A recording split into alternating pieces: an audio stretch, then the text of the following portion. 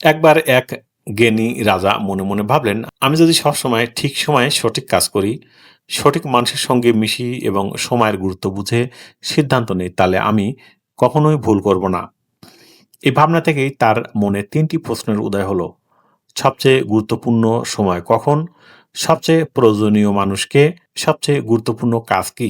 এই প্রশ্নগুলোর উত্তর জানলে তিনি ভাবলেন জীবন আরও সঠিকভাবে পরিচালনা করতে পারবেন। তিনি রাজ্যে ঘোষণা দিলেন, যে ব্যক্তি এই ৩টি প্রশ্নের যথার্থ উত্তর দিতে পারবে তাকে পুরস্কার দেওয়া হবে।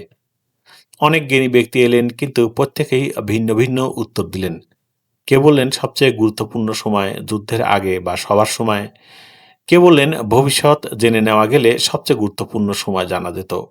কেউ বললেন সবচেয়ে প্রয়োজনীয় মানুষ হলো পরামর্শদাতা। কেউ বলল যোদ্ধা, কেউ বলল পুরোহিত। কেউ বলল সবচেয়ে গুরুত্বপূর্ণ কাজ হলো জ্ঞান অর্জন। কেউ বলল প্রার্থনা করা। কেউ বলল শাসন চালানো। কিন্তু রাজা কিছুতেই সন্তুষ্ট হতে পারলেন না।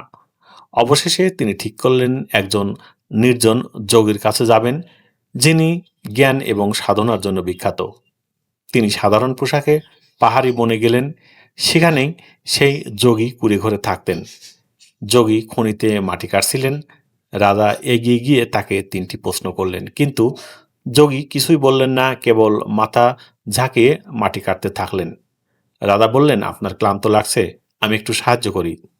রাজা কুড়াল হাতে নিয়ে খনন শুরু করলেন। সময় কেটে গেল, সূর্য ঢলে পড়ল। রাজা ক্লান্ত হয়ে বললেন, আপনি এখন আমার প্রশ্নগুলোর উত্তর দেবেন? ঠিক তখনই জঙ্গলের দিক থেকে এক ব্যক্তি রক্তাক্ত অবস্থায় ছুটে এলো। সে পেটে হাত চেপে ধরে আছে, যেন রক্ত থামানোর চেষ্টা করছে। রাজা এবং যোগী মিলে তাকে পরিষ্কার করলেন, ক্ষত বেঁধে দিলেন এবং কুটিরে শুইয়ে দিলেন। সারা রাত রাজা তার পরিচর্যা করলেন।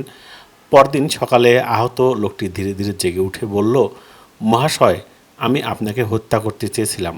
আপনি আমার ভাইয়ের জমি দখল করেছিলেন, কিন্তু আপনি আমাকেই বাঁচিয়ে দিলেন। আমি আপনার কাছে ক্ষমা চাই। আপনি যদি চান, আমি আজীবন আপনার দাস হয়ে থাকব।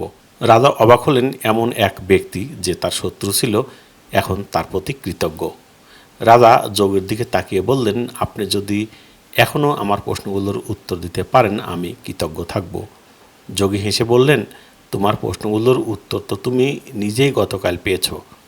রাজা তখন জিজ্ঞাসা করলেন, কিভাবে?